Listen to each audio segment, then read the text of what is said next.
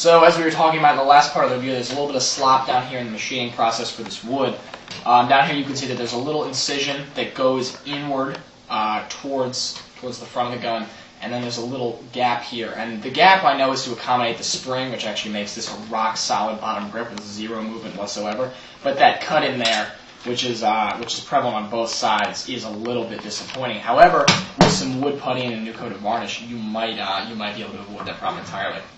So taking apart the gun is actually very interesting because it breaks down in a lot of ways, like some higher-end models such as the VFC and the D-Boys. Or I guess you could really argue that this is higher quality than the D-Boys, but it's interesting to note that because it is a clone, it does break down similarly.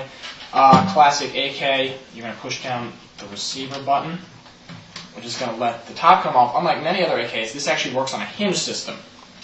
Now, the hinge, I don't know, I can't really speak for the absolute quality of the metal in this gun, so I don't let the hinge flop up when I open the gun, and I don't slam it back down or wiggle it side to side. I tend to just be sort of gentle with it, because if it breaks, it would be very, very difficult to fix and probably would never look as good again. And also, it's worth noting that when you open up the hinge here, if you look down where my finger is, you can see that when you close the hinge, a little pin goes in. It's spring-loaded. So basically what that means is when you open the hinge up, you also make the front hand grip accessible. So what that means is you can just take the front hand grip once the pin is out and just take it right out. So once you get the front hand grip out, there's two metal pieces on the wood, and you can just pop them right off. So if you want to go into further processing with the wood, it's totally accessible. It's totally easy to do that. This is a good system because it also demonstrates the incredible length of the battery compartment for such a small gun, which we'll show you when we install the battery. The one problem this creates is that even though it's a very accessible system, I'm sure you can hear it, there's always going to be a little bit of wiggle inside of the front hand grip. The bottom hand grip, however, as I mentioned, is rock solid. Largely due, you can look down here, and there's a little pin that I'm going to push up a little ways.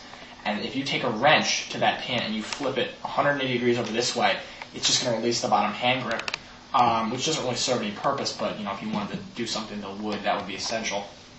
And that makes the bottom hand grip rock solid, as I said. However, it does make it kind of hard to get to because reinstalling is sort of a pain where you're trying to hold the hand grip, hold the front sight in place because the front sight can get released as well, and install the wood part back in.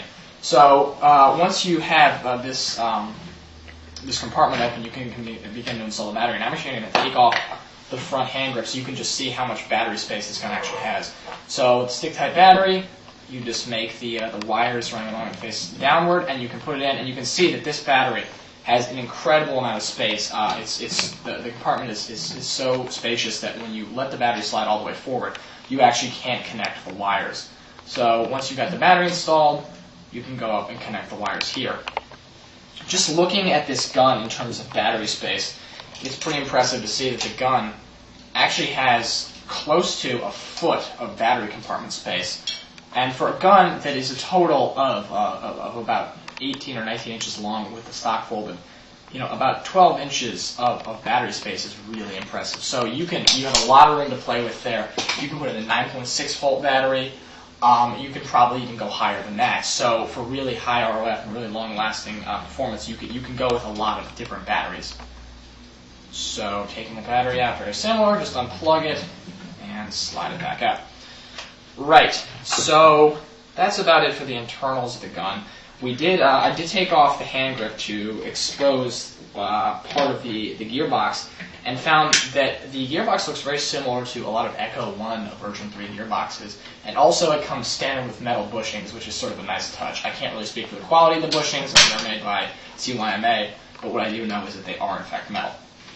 Going on to the magazine well, the magazine and magazine well system is in tandem one of my favorite parts of the gun and one of my least favorite parts of the gun, because the magazine well has a great design with zero wobble. However, you get this somewhat low-quality magazine with it, and we'll just demonstrate here. When you shoehorn the magazine in and you go in to put it in the gun, there's very little confirmation to begin with, and when you're pushing it into the gun here, when this tab flips back, you'll know it's in.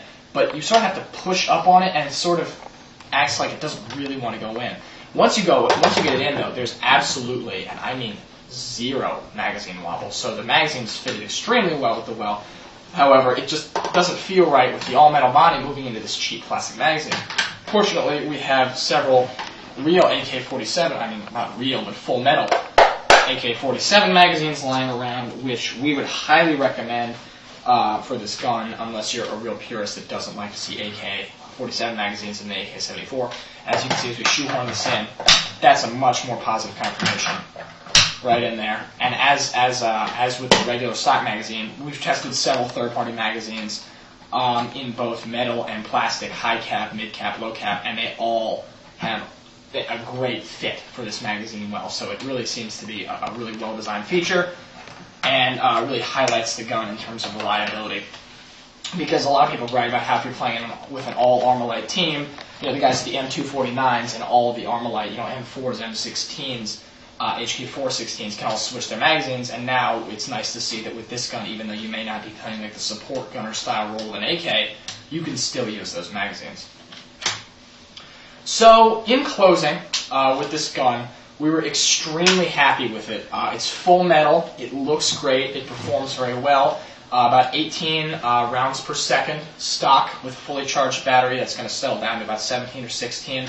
And out of the box, it shoots about 350 FPS. And I think it has about an M110 spring pre-installed. The gearbox looks good. Pretty much everything about the gun looks really good. And considering that this gun was only about $120 plus shipping, it's really impressive to see the CYMA is really stepping up their game and reestablishing themselves as a higher-end clone company. So, final words. We like this gun. If you like AKs, you'll absolutely love it, especially going for the real wood model. Performs well, looks fantastic. With the real mount, there's lots to be done in terms of modifications. You've got the threading, the 14mm threading. You've got the mount. You've got the almost universal magazine well.